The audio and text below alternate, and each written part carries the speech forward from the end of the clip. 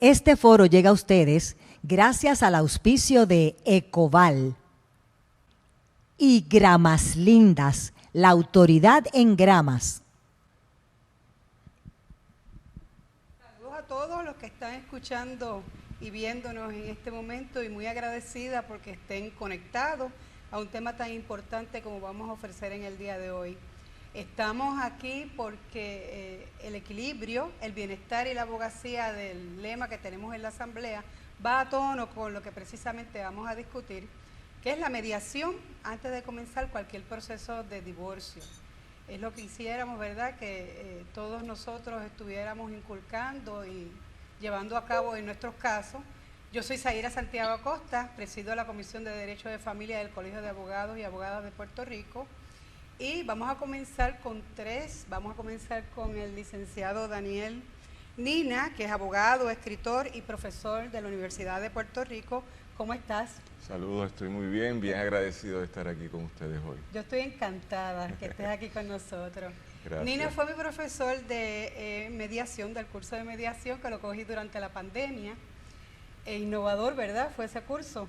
Fue innovador porque fuimos de los primeros proveedores que se les acreditó el curso de forma remota, que es ya algo con la cual nos hemos quedado después de 3 años de pasar la pandemia y creo que superar la pandemia, pero fue una experiencia muy bonita junto a tu queridísimo esposo, sí. Emilio Soler, que ya no está con nosotros, sí, pero fue un gran cariño. La verdad que la pasamos muy bien, eso disfrutamos muchísimo, aprendimos muchísimo.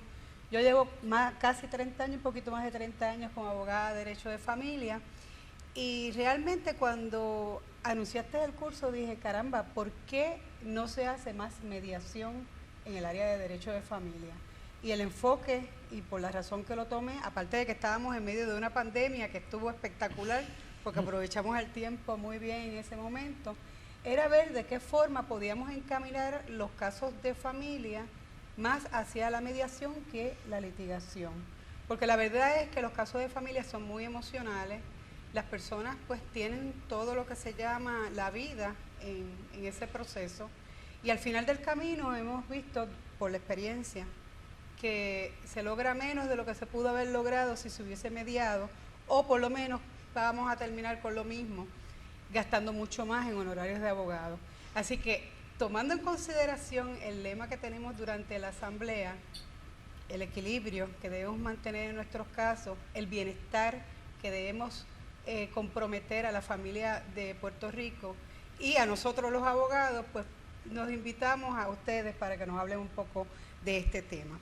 Aparte de eso, Daniel Nina maneja conflictos bajo distintas metodologías, concentrándose en el ejercicio de la mediación. Es autor de sobre 60 libros y cientos de artículos en revistas académicas y arbitradas. Últimamente me estuvo comentando que está llevando la mediación en casos relacionados a asuntos de familia como una herramienta mayor para resolver los casos, ¿verdad?, que tanto nos acogen en esta área. Y nos va a contar sobre la experiencia que está teniendo en ese tipo de mediación últimamente. Cuéntanos de la historia. Vamos a empezar con la historia. ¿Cómo llega la mediación? Bien, la mediación es una metodología, pienso yo, que es década de 60, que se va desarrollando en Estados Unidos en parte, en algunas instancias. Es distinto al arbitraje. El arbitraje está en la Biblia, pero la mediación es mucho más reciente y es una lógica no confrontativa de dos partes ante un tercero llamado mediadora o mediador que intenta facilitar un diálogo. Eso es un ABC muy sencillo. Tiene distintas reglas dependiendo del reglamento que usted esté utilizando, pero normalmente es voluntaria, a menos que sea compulsoria, que es otro tipo de mediación o una variante, y tiene por otro lado también elementos de que en la voluntariedad el mediador no es partícipe, o la mediadora simplemente es un facilitador que va creando elementos comunes entre las partes y a partir de los elementos comunes o necesidades comunes a satisfacer, busca una solución. Esto es algo que todos los que estamos en este foro, que hemos mediado o que participamos en la mediación, lo conocemos, pero dentro de esa conversación la pregunta es cómo se traduce eso en el mundo jurídico, en el caso de nosotros en Puerto Rico.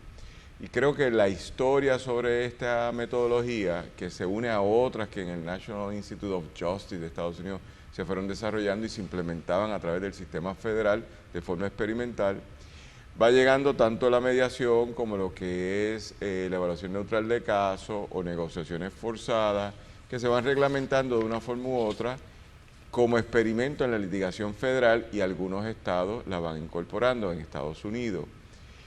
Por otro lado, el arbitraje ya dije que tiene una ascendencia bíblica. En la Biblia hay arbitraje y también hay otras experiencias de arbitraje que son ancestrales, que pienso el Tribunal de Aguas en Valencia, que es clásicamente importantísimo, todo el mundo lo conoce. Son lógicas arbitrales que tienen una gran trascendencia histórica, es decir, llevan muchos años pasando. Ahora bien, en el caso de nosotros, la mediación, lo que resulta es que la mediación nos lleva a un punto en el 1983, cuando el Tribunal Supremo, a través de la ley número 19 de 22 de septiembre de 1983, desarrolla un modelo experimental en el Centro de Mediación de San Juan, que era como se llamaba en aquel momento, en la sala, en el Centro Judicial de San Juan, en el Centro de Mediación de San Juan. Crea un experimento que dura básicamente 10 años, asistido por la Facultad de Derecho de la Universidad Interamericana, asistido por la Facultad de Ciencias Sociales, Departamento de Psicología de la Universidad de Puerto Rico, Recinto de Río Piedra, y experimentan un proceso de desvío voluntario llamado mediación para dos formas: voluntaria, que la gente venía de la calle, y algunos casos que las partes en el caso decidieran participar. Ese proceso da unos resultados en el 1993, cuando en la famosa conferencia judicial, que es un evento normalmente anual que hace la rama judicial para evaluar los procedimientos judiciales, determina consolidar este proceso, y dentro de esa conversación se reglamenta a partir de ese momento una experiencia que culmina en el 1999 con el reglamento de métodos alternos y para la solución de conflictos de Puerto Rico, que es un reglamento que es versión original en 1999, versión enmendada es el año 2005, 4 de marzo del 2005, que es el actual que tenemos. Eso nos trae al hoy, que es que llevamos ya 30 años mediando, incluyendo otras metodologías que están en el reglamento, arbitraje y evaluación neutral de casos. Eso es consistente con algunas cosas de Estados Unidos. Y la pregunta, que no sé si venías por aquí, es si todas y todos nosotros los abogados, hoy estaba haciendo un cálculo, ¿cuántos abogados activos hay? Bueno, pues activos de 21.000, 22.000 que tiene el Tribunal Supremo, deben haber unos 10.000 abogados, y dentro de esa conversación, entonces, y abogadas, esos abogados están planteando litigación por la única forma que nos entrenan de forma dominante las escuelas de derecho, o metodologías alternas para litigación. Mi experiencia, siempre muy humilde, así, pequeñita, pero yo llevo en esto un rato. Yo creo que la mayoría de los abogados y abogadas de este país lo que les encanta es litigar, y eso es un universo todavía mucho menor de los 21.000 que tiene el Colegio de Abogados, el Colegio de Abogados en el Tribunal Supremo, que el Colegio de Abogados nos informa que son 9.000 abogados y abogadas activas. Luego de eso, ¿cuántos litigan? Deben ser 1.000 y pico, 2.000, pero yo no creo que todos los abogados están y abogadas, es un estudio que hay que hacer, cuántos comparecen a litigación, y de esos que litigan, en mi percepción, ahora es por percepción, yo creo que el régimen dominante es la litigación. ¿Por qué? Voy a hacer un chiste curioso, porque es la forma que entendemos cómo se cobra, punto.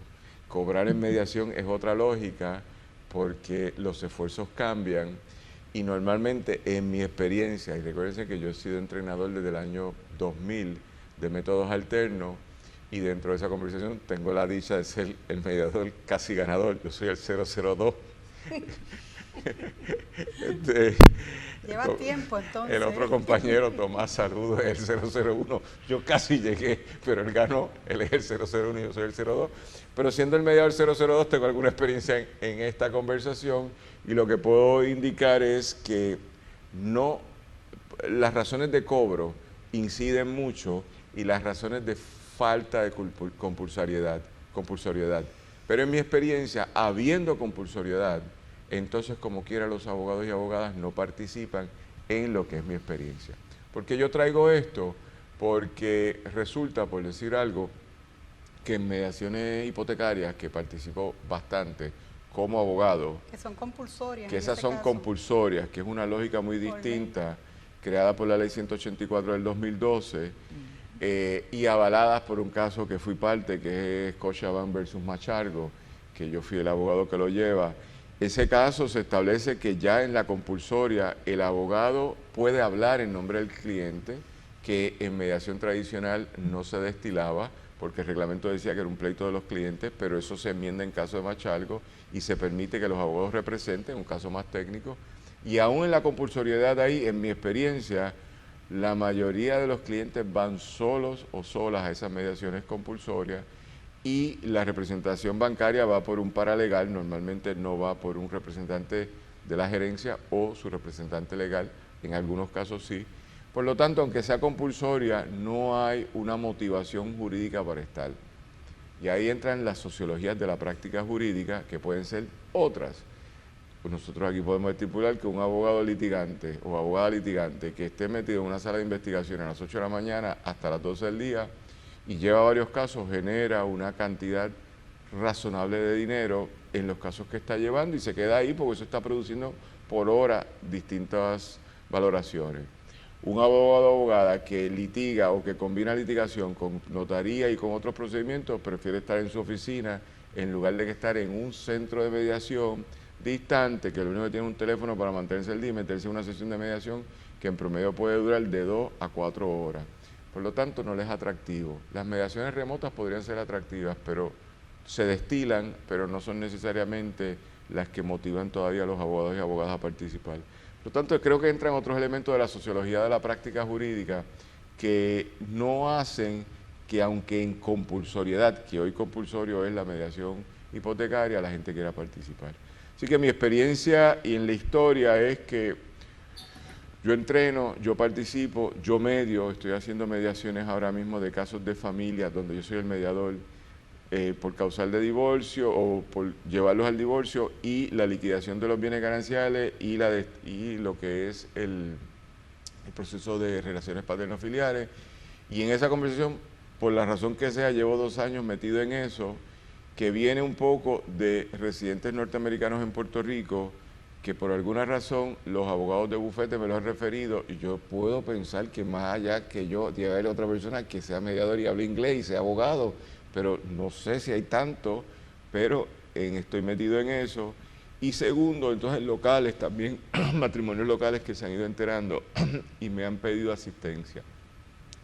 Eso es una conversación bastante interesante que ahora viene a lo que es la práctica, podría ser práctica forense del derecho, cómo se practica, porque normalmente, y aquí no quiero seguir hablando tanto, pero sí, recuérdate, me das el micrófono y no paro. Estamos claros. Pero en la práctica... Pero ya mismo va Mariana, no te preocupes, ya yo estoy a punto de... En la práctica en Puerto Rico... el derecho de comparecencia ante un tribunal lo tienen solo los abogados y abogadas que el Tribunal Supremo ha reconocido. Por unas disposiciones que han ido haciendo en el Tribunal Supremo, abogados extranjeros, entiéndase de Estados Unidos, tienen un derecho de comparecencia ahora especial. Yo no voy a entrar en eso, pero eso es la gente que puede pararse frente a un juez y decirle, juez, yo soy el licenciado Daniel y dentro de esa conversación, este es mi número de RUA, registro único de abogados o abogadas, y esto es como yo practico. Hablando de eso, perdona que te interrumpa, sí, Nina, pero a mí me llama la atención porque cuando hablaste de la cuestión de los conflictos, ¿verdad?, de la mediación y de cuando comienza todo esto, la mayor parte de las mediaciones que ordenaban los jueces, los abogados no podían comparecer con las partes. Sin embargo, entiendo que los abogados sí pueden comparecer con las partes, aunque sea para estar... Eso cambió en el año 2017, fue un caso que llevamos al apelativo, el apelativo emitió una sentencia buenísima, modificando el reglamento, el segundo reglamento, un reglamento interno de la Administración de Tribunales que establecía que bajo las reglas 3.7, que es la regla del reglamento base que dice que los abogados pueden participar al principio y al final, pero en el proceso de mediación no. Y luego la regla, creo que esa es la 3.7 y la 7.12, que son las que hablan de 3.7 y 7.12, que son las que hablan de los abogados y abogadas, eso se modifica, ese es el reglamento base de métodos alternos, y el tribunal lo que dice es que con unas disposiciones administrativas de un reglamento que apareció, que era interno, que tenía tribunales, que lo vimos en ese caso, entonces los abogados y abogadas pueden participar hablando todo el caso de la mediación siempre y cuando su cliente firme un relevo y diga yo no voy a hablar por mí.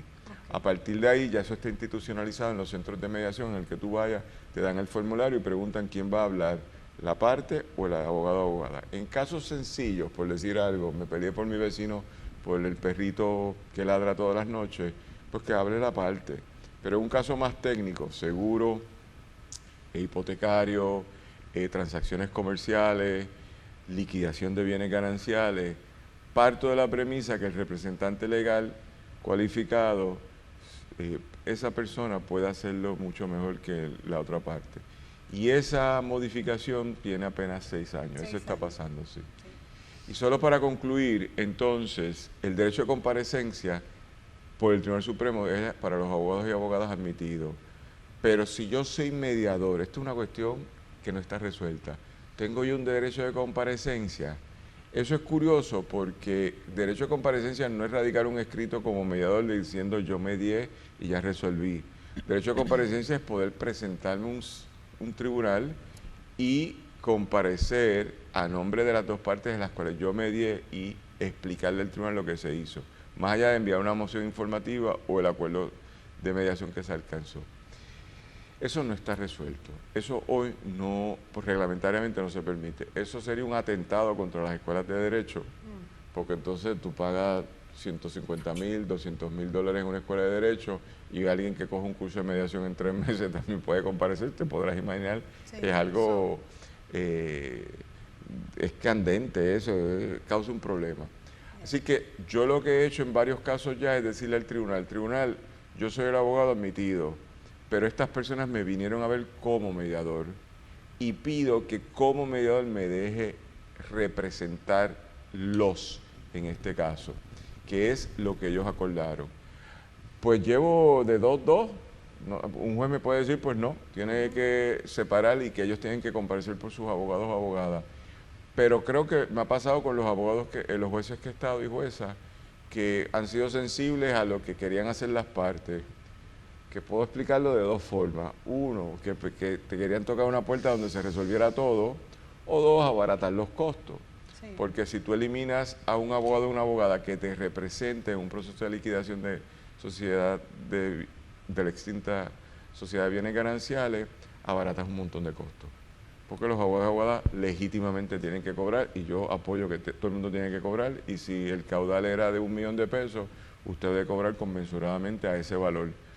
Pero en mediación, por más que yo quiera cobrar, lo que cobro es una suma total que es estándar, sea usted millonario o sea usted de clase trabajadora, porque no, o sea, yo no puedo estar diciendo cuánto es su caudal. Sí.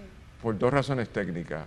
Una es moral, porque yo creo que uno le cobra a la gente lo mismo, ¿no? Porque ¿cuántos chavos tú tienes? Pues te va a cobrar $200,000, no. Sí. Pero la otra, y con esto termino, que es una cuestión técnica muy interesante, que cuando yo los cursos se trabaja, que en el reglamento de métodos alternos, la regla 4.4 dice que para usted cobrar tiene que hacer un contrato, este es el reglamento base, y en ese contrato usted no puede cobrar regalías. En otras jurisdicciones, por lo menos en América Latina, en las transacciones por métodos alternos, yo puedo decir, yo le voy a cobrar a usted $10,000 de entrada y le voy a cobrar el 10% del valor de la transacción al final. Hay unas prácticas de arbitraje que son sumamente lucrativas porque tú estás en transacciones de mucho dinero. No, transacciones de nacionalizaciones. Pues esto cuesta un pozo petrolero, cuesta $1.000 millones, lo nacionalizaron y entonces están pidiendo su reclamo y usted cobra el 10%, son $100 millones. Claro que yo quisiera ganármelo. Claro, lo que pasa es que para ganártelo tienes que entrar a un proceso muy selectivo de entrar, tienes que tener un equipo de trabajo de 20 personas mínimamente, no puede haber errores y las dos partes te tienen que aceptar y bueno, y al final te lo gana. Pero esa conversación aplicada en Puerto Rico tiene una contradicción porque la regla 4.4 del reglamento de métodos alternos dice que eso no se permite. No obstante, la regla 601, inciso F, del Reglamento de Certificación y Educación Continua de Métodos Alternos, que es el segundo reglamento, que es un reglamento también del 99 y nunca se ha enmendado, dispone que en acuerdo con las partes usted puede cobrar 1% o una regalía del acuerdo de mediación que usted llegue, a mediación o arbitraje o evaluación neutral. Yo conservadoramente le digo a los estudiantes cuando entreno, yo me voy por la más conservadora, no puedo. Pero en el reino de este mundo usted hace lo que usted quiere y si usted desea cobrar 1%, hágalo. Si nadie lo objeta, pues, pero si lo objetan, recuérdese que había una disposición que decía que no lo podía hacer. Y eso lo traigo entonces porque en toda esta conversación, en derecho de representación y todo lo que hay, la gente hoy quieren hacer mediaciones privadas con un abogado que pueda comparecer, es decir, es el 2x1 buenísimo para ellos, y que el tribunal me lo acepte, porque yo tengo que decir, yo soy abogado, por eso puedo entrar a RUA y radicar la acción. Y digo que represento a uno, pero realmente hablando estoy aquí a nombre de los dos, porque los dos, aunque consultaron con abogados privados para decir ese acuerdo lo firmamos, cuando comparecen no quieren hacerlo, para evitar otros pagos que no voy a entrar en detalle sobre el caudal que se está liquidando. Y en esa medida, con esto concluyo, he notado que en la sociología de lo que es la práctica, no pasa porque yo sea un tipo interesante o bueno, o sea un buen mediador, no, tiene que ver que la gente ha hecho un análisis pragmático de dónde van a cortar y quieren cortar en el pago de su caudal a abogados y abogadas. Por lo tanto, ahora mismo eso es algo que he estado haciendo, creo, como pasó en el caso de Pueblo en el Interés de ABL y CRA, que es el caso de los menores del 2010, yo participo como amigo de la corte ahí con el queridísimo amigo fenecido Carlito del Valle Cruz, que hicimos un amicus curiae diciéndole, tribunal, esto que se está haciendo en Aguadilla, que unos niñitos se robaron unos dulces de otra niñita, o creo que eran 75 centavos o $3, y los llevan a un proceso criminal de menores, de falta, y los niñitos lo que tenían era 9 años y dijeron, bueno, perdón, esto y lo otro, vamos a mediar. Eso fue una práctica que habíamos desarrollado en Mayagüez cuando yo dirigía la clínica de la Escuela de Derecho Eugenio María de Hostos, y en esa práctica habíamos inventado en colaboración con el Procurador de Menores de Mayagüez que todos los casos de menores que llegaran allá los desviaban, y nosotros lo hicimos y luego regañaron a otra gente, a nosotros no nos regañaron, y el Tribunal Supremo entonces decidió en esa decisión, que es una de las primeras de mediación, que eso no era correcto, pero se reglamentó en el 2014 con una legislación que enmienda la ley de 19 del 2020, del 22 de septiembre de 1983, que crea los centros de mediación, y al enmendarla permite que los casos de menores, falta 1 y falta 2, falta tipo 1 y tipo 2, puedan ser mediables. Así que ahí es donde estamos. Bueno, pues vamos a ver qué nos dice la licenciada Mariana Gula. Bienvenida, Mariana. Un placer. Mariana obtuvo su bachillerato magna cum laude en la Universidad de Puerto Rico, recinto de Río Piedra. Allí fue reconocida por su excelencia académica en el proyecto piloto de práctica docente y formó parte del cuadro de honor del decano de la Universidad de Puerto Rico. Obtuviste tu Juris Doctor de la Facultad de Derecho de la Universidad Interamericana y luego estuviste en Europa. Antes De eso, estuviste en Europa, eso fue como un internship. Sí, un intercambio durante el verano 2005. Qué rico. Me hubiese encantado hacer eso a mí. Espectacular, tremendo. La pasamos bien. Y desde el 2015 presta servicios profesionales para el bufete de López Mulero Estudio Legal, atendiendo mayormente casos de familia, ¿correcto? Tienes también unos asuntos civiles limitados. Y me enteré que te estás certificando como mediadora en estos días. Pertenece a la Comisión de Derecho de Familia del Colegio de Abogados y Abogadas Rosa Ward. Y además ha tenido la oportunidad de postular en vistas públicas. Conmigo estuviste en una de ellas, ¿verdad? Eso es así. Cuéntame, ¿por qué te estás certificando como mediadora? Pues un poco por la línea que nos llevó el compañero Nina. Yo soy una de esas excepciones que prefiero tratar de alcanzar acuerdos razonables en vez de litigar. Pero aquí hay una percepción errada del que el que no litiga es que es débil. ¿Esa percepción es errada entre los abogados o entre los clientes? Entre ambos. ¿Verdad? entre ambos. Pero ciertamente a mí me motivó a inclinarme a la certificación de mediación de conflictos el que desde pequeño a uno lo crían, o por lo menos a mí me criaron, que lo que nos distingue de los animales es el raciocinio. Y en muchos de estos casos que uno lleva en relaciones de familia, que es la mayor parte de mi práctica, uno se da cuenta que las personas involucradas en un litigio de familia, de divorcio, de liquidación de bienes, muchas veces tienen un interés común. En ocasiones incluso hasta están diciendo lo mismo, pero no utilizando el mismo lenguaje. Correcto. Sí. Y no se logran entender por alguna razón.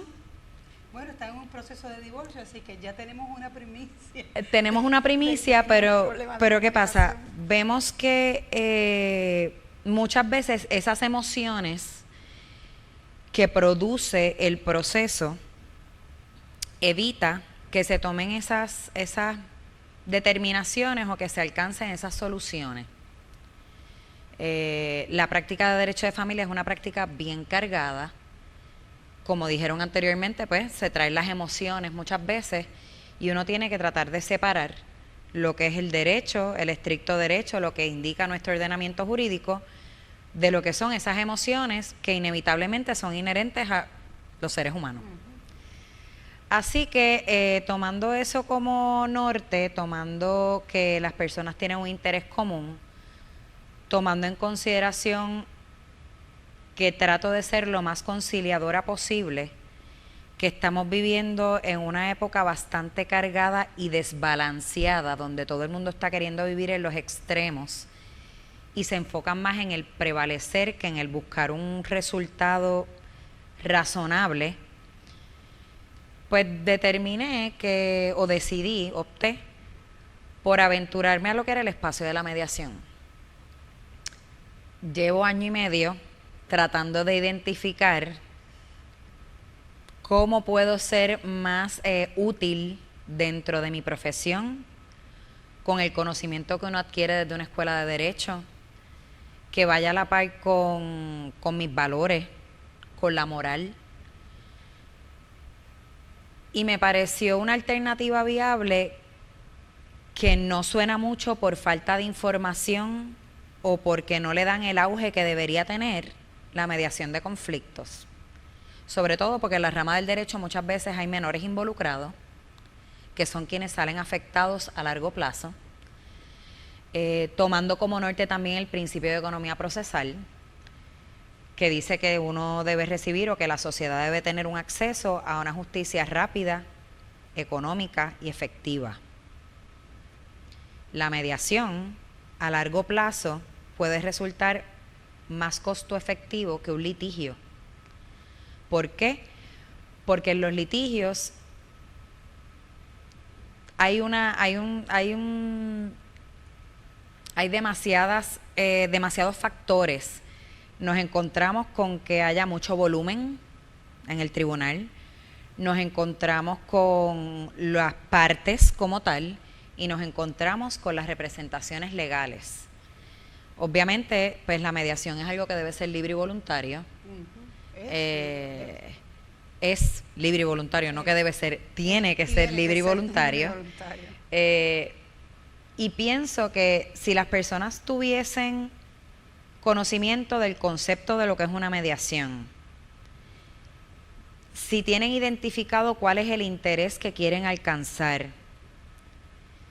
si logran enfocarse en ese resultado que quieren obtener, la mediación es una alternativa que siempre y cuando quien la esté manejando tenga las destrezas, se haya estudiado las circunstancias, pues es un mecanismo de resolver situaciones sin, vamos a utilizar lenguaje pueblerino, sin ataponar los tribunales, que ya bastante volumen tienen y están cortos de personal. Recientemente, o sea, sabemos que hay una escasez de personal en la rama judicial, y pienso que esa mediación en combinación con lo que son los tribunales podría resultar en una combinación ideal. Hay quienes piensan que cuando hablo de mediación soy utópica, que eso no existe, que eso no funciona. Pero yo apuesto que sí, que si las personas se educaran más sobre lo que es la mediación y no se enfocaran tanto en el prevalecer a toda costa. O sea, hay muchas veces que las partes por prevalecer gastan más de lo que podrían resolver con menos. O sea, tenemos una situación de una liquidación de bienes gananciales, por poner un ejemplo que el compañero Nina trajo a colación. Sí. Hay un caudal sustancial y las personas hay veces que por prevalecer prefieren poner en riesgo lo que van a recibir al final en vez de mediar, porque mediar dentro de su mente y dentro de nuestra sociedad, no, es que yo tengo que ganar. Y no necesariamente es costo efectivo un litigio. Así que... Aparte del costo del litigio, también tenemos la situación emocional que le crea a esa persona que está llevando a cabo ese proceso, porque la realidad es que uno como abogado pues lleva el caso, las partes son las que litigan, pero las partes se desgastan muchísimo, sufren en ese proceso, hay mucha ansiedad y los hijos, ni te cuento, en ocasiones pues termina un padre enajenado de esos hijos por el mismo litigio que se lleva a cabo. Y muchas veces no es ni siquiera consciente de una parte enajenar los hijos, pero crea esa situación. En los casos de custodia, por ejemplo, en los casos de custodia, cuando comienza ese proceso, pues nacen los perfectos padres. Los que nunca habían sido padres, pues entonces se convierte que está bien, está perfecto. Nunca es tarde para ser buen padre, pero entonces empieza esa competencia entre papá y mamá, o entre papá y papá, o entre mamá y mamá, de quién es mejor y esos hijos a sacar ventaja y a tener sus propias agendas de todo lo que está pasando.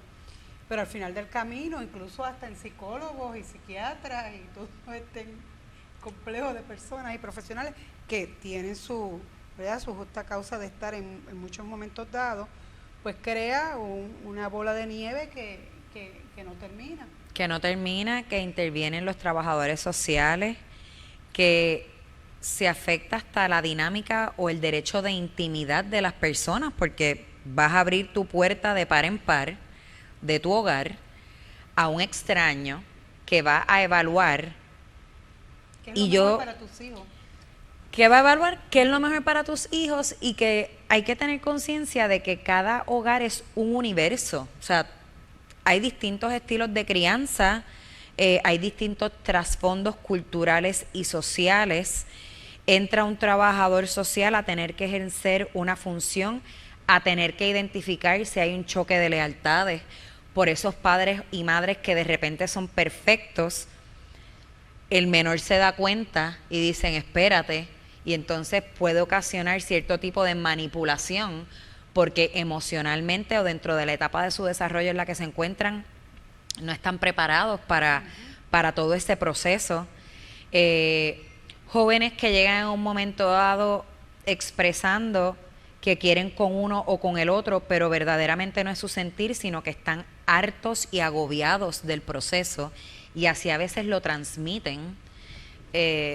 Así que yo veo la mediación como una vía de aportar a un mejoramiento social. A mí me encanta la sociología, me fascina la sociología. Siempre pienso que más allá de uno tener lo que tenemos al frente, una familia, tratar de indagar un poquito más, porque tiene que ver el trasfondo de dónde vino un progenitor o un papá y de dónde vino el otro. Ya sea, pues ahora estamos hablando de las familias no tradicionales, no me quiero enfocar en papá, mamá, sino papá, mamá, mamá, mamá. Hay veces que no están necesariamente casados, sino que han tenido una relación sentimental. Esos trasfondos son bien importantes porque a pesar de que a uno no le gusta hablar de estos temas, hay clases sociales marcadas y en Puerto Rico no es una excepción. En Puerto Rico hay clases sociales marcadas. Tenemos una persona que viene de un trasfondo sociocultural X y uno que viene de un trasfondo sociocultural y no necesariamente hay uno que está correcto y uno equivocado, pero como no hablamos el mismo lenguaje porque no tenemos el mismo trasfondo sociocultural, no nos entendemos y viene la función del mediador, un ente imparcial, a tratar de conocer y en vez de llegar a implementar rápido lo que hay que hacer, tratamos de conocer un poquito más la totalidad de esas circunstancias para delimitar controversias. Mira, hay veces que hay 10 controversias en un caso y a través de mediación se pueden atender 4 y se le simplifica un poco la carga tanto al juzgador de hechos como esa carga emocional que traen las partes. Otro aspecto que veo dentro de la mediación es que es un ambiente, podría serlo, no necesariamente es, porque pues sabemos de las experiencias o por lo menos de una experiencia reciente que tuvo el compañero, pero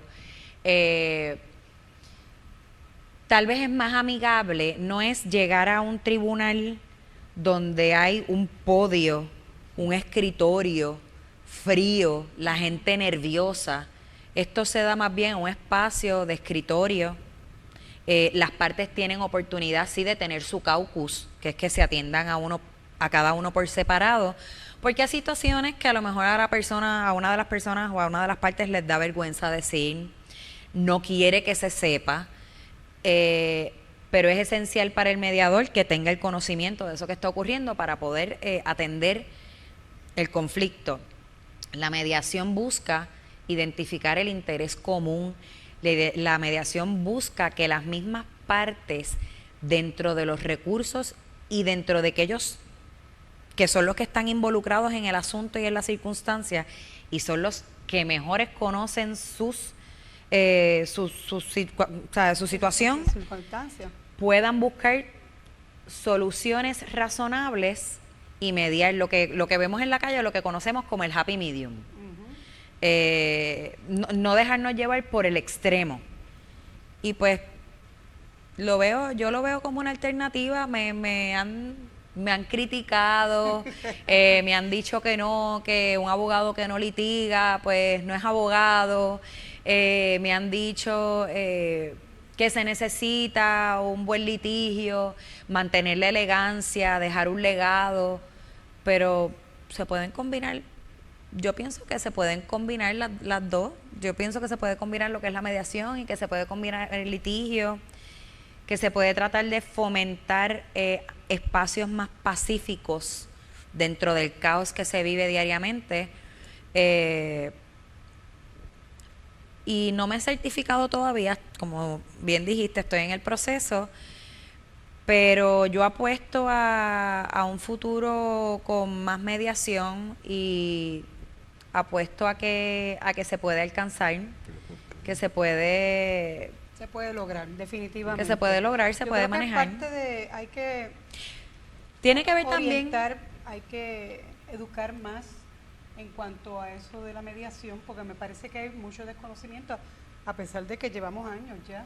Y yo me da risa a veces porque digo, yo creo que yo tuve una profesora en la Facultad de Derecho que nos decía que le teníamos que agradecer que la habíamos cogido en su etapa mellow, porque antes le tenían pánico. Pues yo pienso que yo, no sé, a lo mejor es que estoy entrando en esa etapa mellow de mi vida, donde quiero tratar de minimizar los conflictos. Vivimos en un mundo ya bastante conflictivo. Puerto Rico ha sido un punching bag desde el 2017, con un huracán, con un terremoto, con la pandemia que fue a nivel mundial, pero en cada país se manejó diferente. Y tenemos que tratar de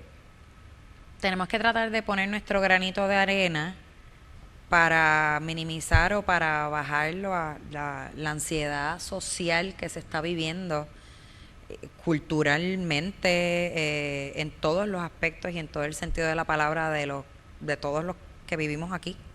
Así que yo definitivamente estoy de acuerdo. Yo también estoy certificada como mediadora desde la pandemia, ¿verdad? Un poquito después de la pandemia. Pero la realidad es que esperaba que hubiese más actividad en la mediación en los casos de derecho de familia, y me sorprende que se lleve a cabo tan poco la mediación. La realidad, últimamente he tenido varios jueces que han referido el caso para mediación y conflicto del tribunal, pero pienso que podría ser mucho más efectivo y debería de haber más, y entiendo que hay otras jurisdicciones que tienen más mediación que en Puerto Rico.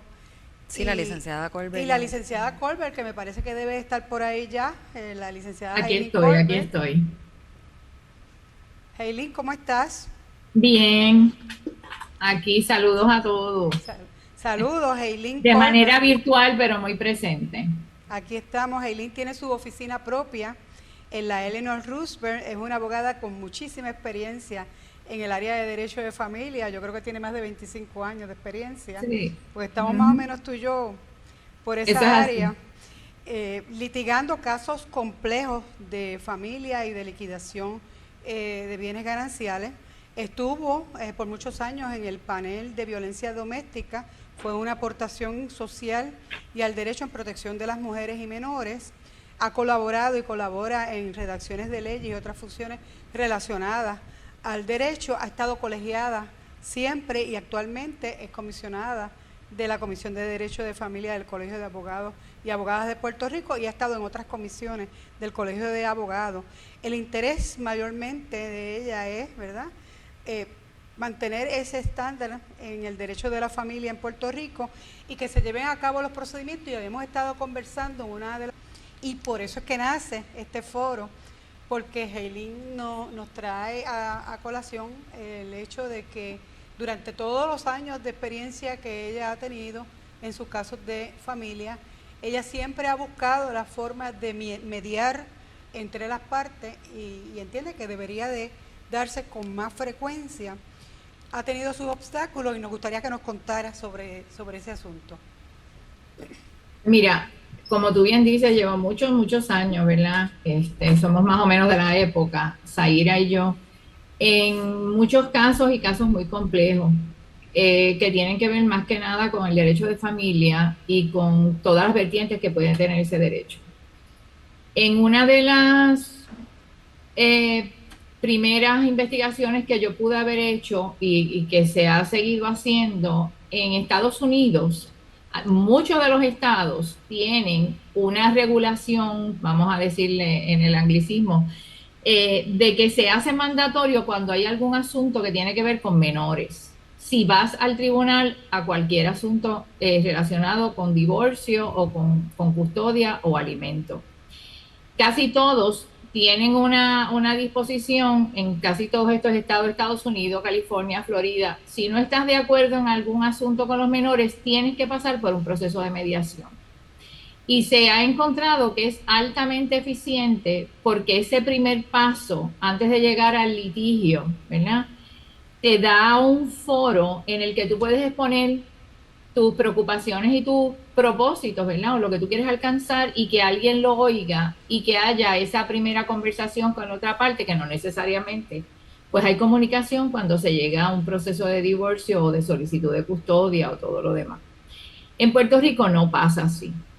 Como han estado hablando los tres panelistas, lamentablemente no se ve como algo efectivo o como algo dable el que haya un paso de mediación. No hay una ley o una disposición que así lo viabilice, que por lo menos las partes tengan que ir un poco análogo al taller de padres y madres que tenemos ahora, a que por lo menos hayan 2 o 3 horas a que se tengan que invertir en un intento de mediar. Yo estoy hablando, y ¿verdad?, con el mayor de los respetos, no precisamente utilizando la palabra mediación desde el punto de vista mediación, el proceso de mediación como lo describió el compañero Nina y los demás, sino de que haya esa oportunidad de ver si se puede llegar a algún tipo de acuerdo. En el tribunal, pues claro, tendría que ser con un paso de mediación. En los tribunales habían una oficina adscrita, como bien indicó el compañero Nina, para mediaciones, pero no eran efectivos. Fuimos parte de algunos de esos procesos y no eran efectivos. La naturaleza del derecho de familia y de un litigio de familia es sumamente específica.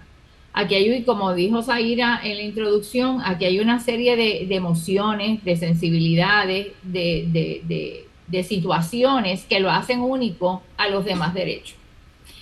Y esos detalles pues tienen que ser tomados en cuenta para cuando se va a tratar de hacer una mediación. Yo como abogada siempre he tratado, y estoy usando la palabra en su concepto, no en el proceso legal, de mediar.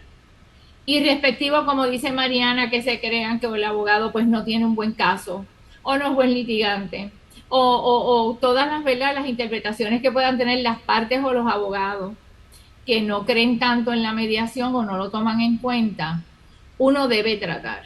Primero, por el respeto a estas seres, a estas partes, que lo que se va a ir a litigar al tribunal son intimidades, porque en la medida que tú vas a ir a litigar, a controvertir quién es el mejor papá, o por qué los alimentos son así, o esta es la cantidad que va, o lo que tiene que ver con la liquidación de gananciales, era lo que antes era íntimo entre esas dos partes y esa familia. Así que en el respeto a esa intimidad se debe tratar de tener un espacio primero para dar esa oportunidad de que se pueda dar. Las partes muchas veces no tienen conocimiento de que eso se puede hacer. Entienden que tienen que ir y prepararse para una batalla. Y sí, hay mucha gente que tiene el poder adquisitivo para poder llevar a cabo una litigación como tal, tanto para alimentos como para una custodia o para una liquidación de gananciales, pero hay otros que no lo tienen. Y aún los que tienen esa capacidad, es como dice Zaira, las partes se deterioran, las relaciones se deterioran, y eso van a seguir siendo el papá y mamá de esos niños siempre. Y esos fueron un equipo antes de llegar al tribunal. Así que merece la pena tratar de llegar o de intentar acuerdos. Yo, por ejemplo, tengo la costumbre de que cuando tengo un caso, aun cuando sea parte demandante, invito al abogado de la otra parte a una reunión con las partes, porque lamentablemente, ¿verdad? Los abogados pues tratamos de hacer nuestro mejor esfuerzo como representación legal, y muchas veces lo que esa parte necesita es ir a hablar, ir a exponer lo que le dolió, lo que no le dolió, lo que quiere, lo que no quiere. Esa es la parte que sabe la realidad de la economía, de quién es el mejor papá o que los dos son buenos papás, y que ese niño pues no porque voy a recibir menos pensión, pues entonces no te voy a dar la custodia compartida. O sea, se entrelazan tantas situaciones que necesitamos pues poder tener un ambiente íntimo, que no sea el tribunal, que no se esté grabando, y que no hayan terceros que no tienen que ver con esa situación, esa controversia, para que por lo menos expongan sus sentimientos. Hay muchos abogados que le tienen miedo, se van a empezar a pelear. Digo, no, vamos a hablar, hay unas reglas. Yo siempre empiezo las reuniones cuando logro que la otra parte así lo acepte, de que todo lo que se diga es confidencial, por las reglas de evidencia, intentando llegar a acuerdo, pero más que nada para que tengan la tranquilidad de que pueden hablar, y no lo que digan o lo que acepten ese día se puede usar en el tribunal si no se llega al acuerdo final.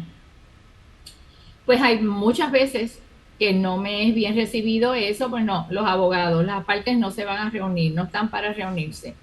Pues, y los abogados pues vamos a representar y entender lo que es mejor para esa parte, y a lo mejor su propio cliente lo que quiere es otra cosa.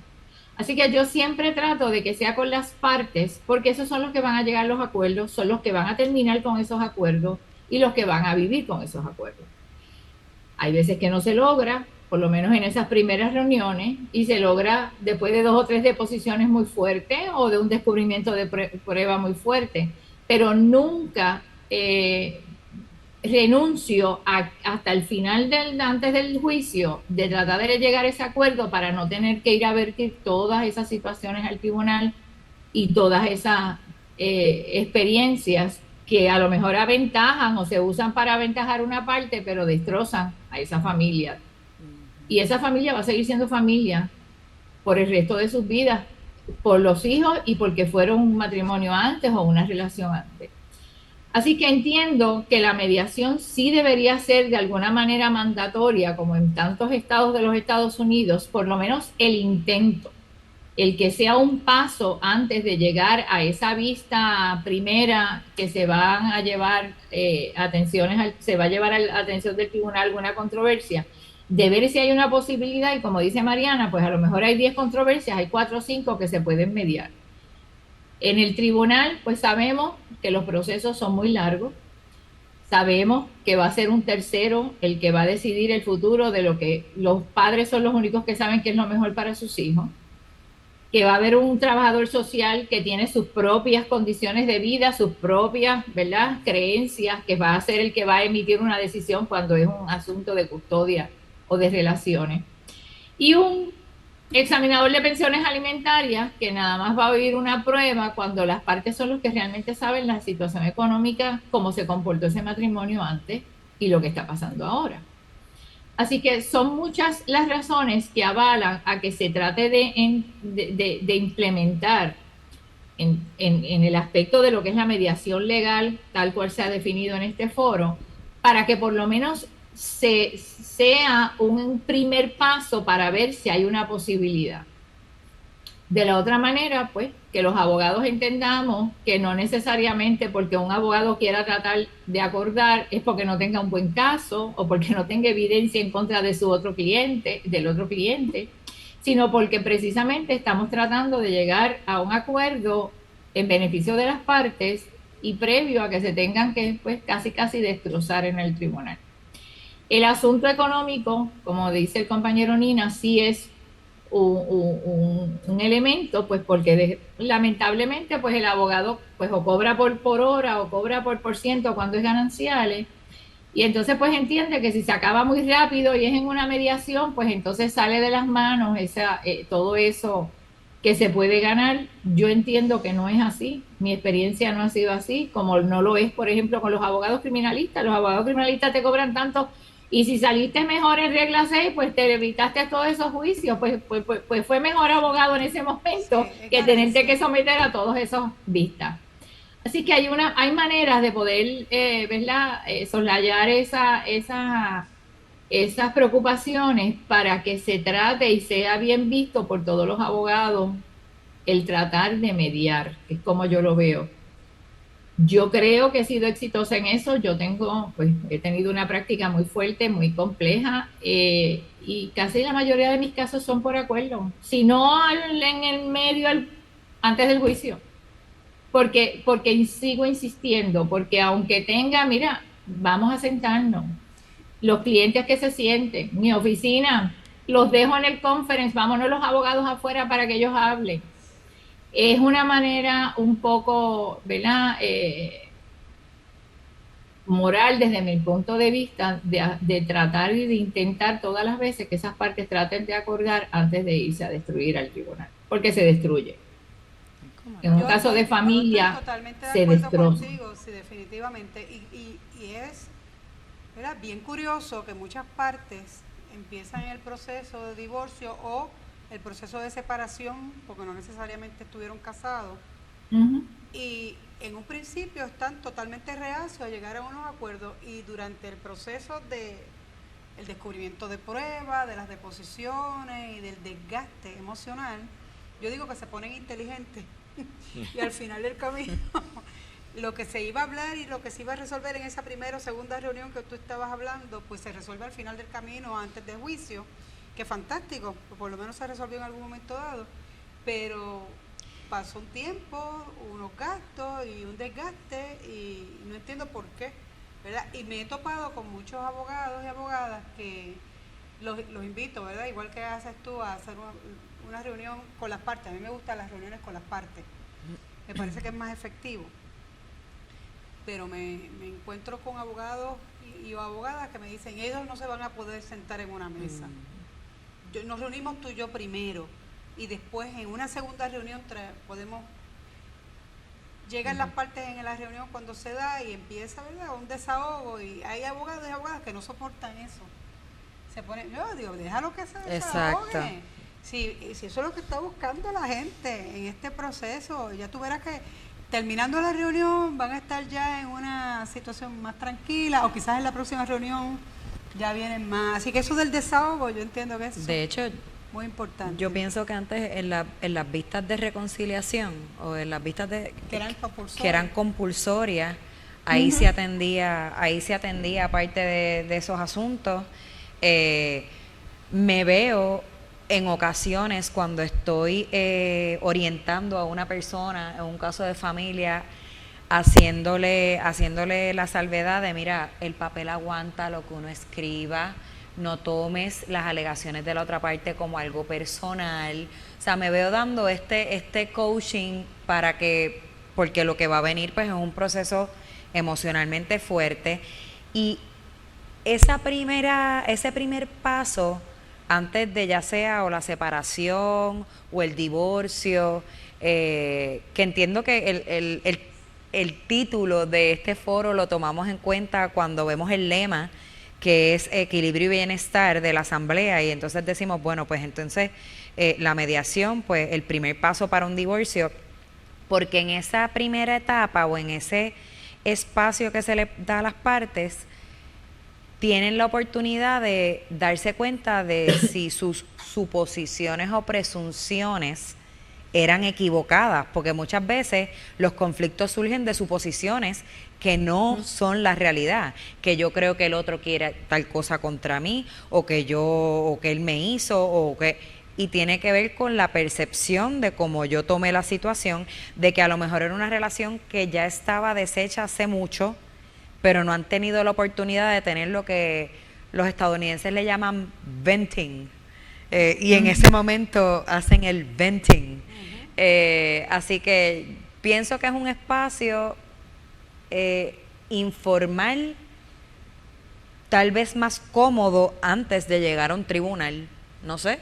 Yo pienso igual, y lo otro que dijo la licenciada Colbert, importante, es que las partes tienen que saber que estos procesos son confidenciales y que no se pueden llevar posteriormente a la corte cualquier, ¿verdad?, admisión o que se haga en este tipo de análisis para lograr algún acuerdo, y se llegan a muchos acuerdos. La realidad es que se logra muchas veces. Lo que pasa es que, en mi opinión, es que se tarda. Debería de ser antes, ¿verdad? Uno como abogado tiene que prepararse para un juicio en su fondo. Yo a veces llego con un montón de carpetas, fotocopias, y se llegó a un acuerdo. Fantástico, pero uno dice, Dios mío, si esto hubiese sido hace 2 días.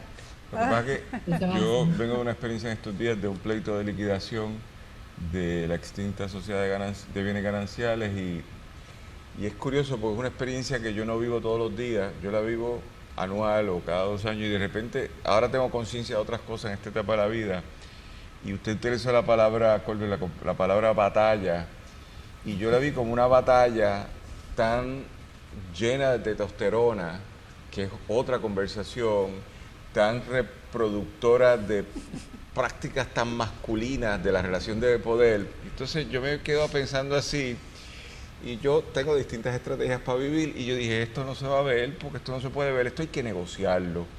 Y entonces no voy a entrar en detalle porque son seres humanos que uno quiere la representación legal del otro lado, o sea, profesionalmente hablando. Pero uno empieza a pensar esto desde otra perspectiva, como dijo la compañera Bula, desde la perspectiva sociológica, y de repente yo me hago una pregunta: si yo estoy forzando una negociación, ¿qué hacen del otro lado 2 abogados trial lawyer clásicos? Uno que al único que se dedica a litigar, y otra que se dedica también a litigar, pero con distintos expertices, frente a mí, que lo que me dedico es a mediar. Pues entonces uno parte de la premisa que cada minuto que pasa no se cuenta igual, los desgastos, porque lo único que ellos saben manejar es adrenalina de la acción. Pero estar en reflexivo, vamos a escuchar, vamos a jugar esto matemáticamente, con peritos, que es otra lógica. Yo creo que de repente yo me hice una pregunta, ¿se necesitaba en este proceso abogados? Y ahí es que yo entiendo que no, porque seguimos, porque somos abogados y abogadas todos, ¿verdad? Claro que sí, ¿verdad? Y es nuestro trabajo, pero en un pleito que tiene tanta animosidad, y mira que este pleito tenía animosidad, yo necesitaba abogados o abogadas, o necesitaba matemáticos, los peritos, unidos a unos psicólogos o trabajadores sociales y a un rol judicial de más facilitación que de adjudicación. Entonces uno se da cuenta que al final la juez que vio el caso acabó siendo una facilitadora de las instrucciones que fuimos dando. Nos pasamos 2 días en un tribunal negociando. Se dice pronto, pero 2 días en un tribunal, eso yo creo que es una gestión privada, que fuimos a un tribunal porque estábamos en el tribunal, había un juicio que lo paramos desde las 8 de la mañana a 8:30 del día 1 y terminamos a las 3 de la tarde del día 2 y nunca se pasó ningún tipo de prueba, todo fue una negociación súper profunda. Y en esa conversación la pregunta era, ¿quiénes eran los que estaban de más? Y yo personalmente lo dije, los que estamos de más somos los abogados y abogadas o los abogados y abogadas de litigación, porque los que se necesitaban eran abogados y abogadas de negociación, que era otra conversación asistido por facilitadores de emociones para poder llevar. A fin de cuentas, ¿cómo uno logra unos acuerdos? Bueno, porque hay un matemático llamado perito que convence a las partes de que la ecuación es justa y la juez lo que valida es que del caudal 50 y 50% se llevaron cada uno, hicieron los ajustes para empatarlo.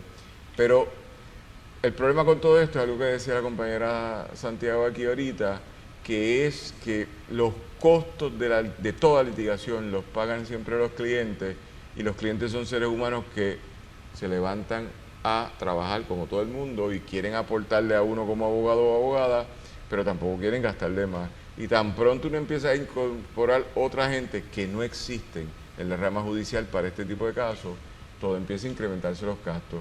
Así que lo más fácil es que abogados de litigación, de esos que son estrictos y que les encanta la guerra y que solo se comunican así, tú los pones a negociar y hay un desfase ahí, un desfase completamente.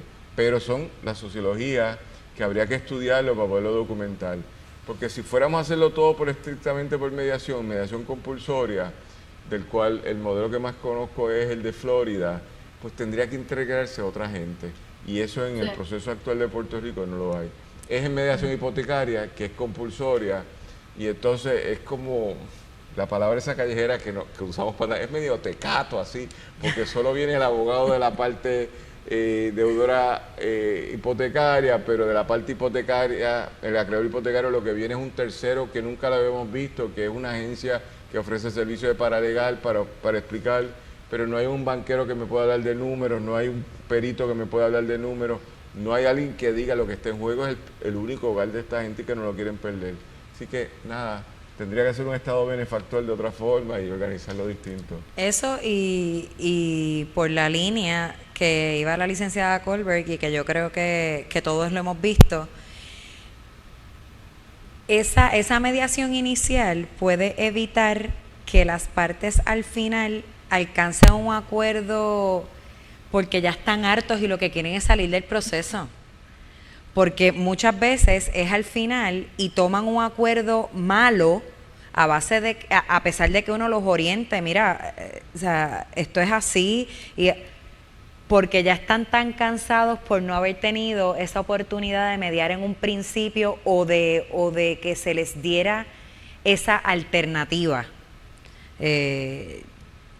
Yo pienso que definitivamente debería ser un primer paso para que las partes tengan oportunidad de limar ciertas asperezas, las partes tengan oportunidad de tal vez indicar eso que les molestó en un principio y que los llevó al divorcio, que como quiera se vaya a dar, o que esa separación como quiera se vaya a dar, pero que tengan ese espacio, esa oportunidad de no entrar a ese proceso con animosidad ya de la primera en guerra.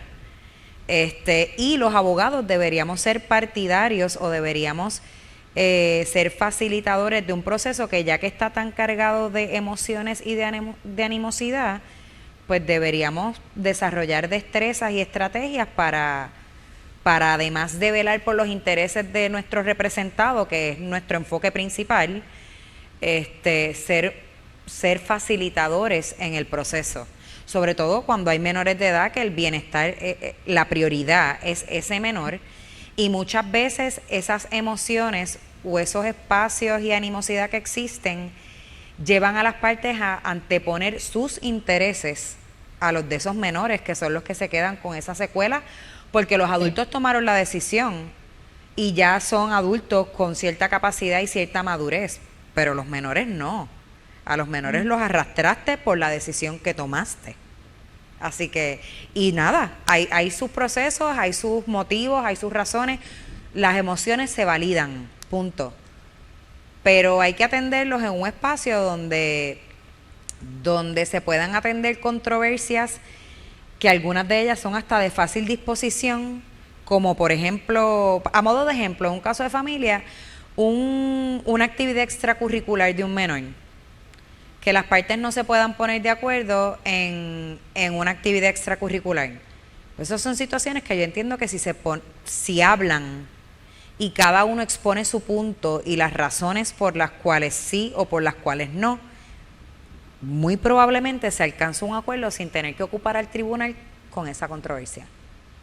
Pero se tiene que dar el espacio, se tiene que orientar a las personas, se tiene que educar sobre esa alternativa que existe. Así que... Definitivamente. Heilín, ¿algo más que nos quisieras comentar de tu experiencia? Definitivamente entiendes que deberíamos de tener la mediación compulsoria en los casos de familia. Yo creo que debería haber un requisito, como hay ahora el taller de padres y madres, como ya dije, para que por lo menos haya un intento para las partes una vez que presentan cualquier asunto en el tribunal, y mucho más cuando hay menores, porque ya hoy día con el nuevo código, pues un divorcio o una ruptura no hay que hacer más nada, pero cuando tiene que ver con los menores, si no hay acuerdo, que por lo menos haya una primera oportunidad de que sea por intento de acordar, ya sea para una custodia provisional, ya sea para lo que fuese, previo a tener que esperar pues el calendario del tribunal y todo lo que conlleva el tribunal, que es un litigio, que es prepararse para una vista cada vez que hay una vista, y de pelear, y no esa oportunidad de hablar y decir lo que espera la otra parte y ver si hay algún punto medio que se puedan conciliar las dos posiciones, por lo menos provisionalmente, más que nada. O sea, por ejemplo, hoy día tú presentas un divorcio y para una custodia provisional pasan 2 meses, y entonces ¿quién se queda con los menores? No es de ninguno de los dos el derecho, así que uno pues los retiene ilegalmente, pues no hay nadie que vea esa situación de emergencia, y así sucesivamente, o los alimentos.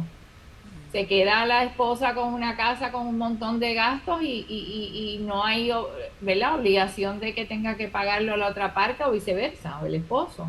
Así que son muchas situaciones que yo creo que con una primera oportunidad rápida, los primeros 10 días de presentación de una demanda, que haya un intento de mediación, yo creo que sería sumamente efectivo para cómo estamos trabajando, ¿verdad?, los casos de familia en Puerto Rico. Que es como hay en casi todos los estados. Sí, no, definitivamente. Y la realidad es que si no lo hay, por ahora no lo tenemos, pero debemos entonces instruir a nuestros clientes y buscar la forma de que ellos sepan que está este mecanismo, y aunque no necesariamente tengan que contratar a un mediador, pero por lo menos entrar en un proceso informal entre los mismos abogados para ver si logran delimitar las controversias entre ellos y llevar la fiesta en paz, como dice uno.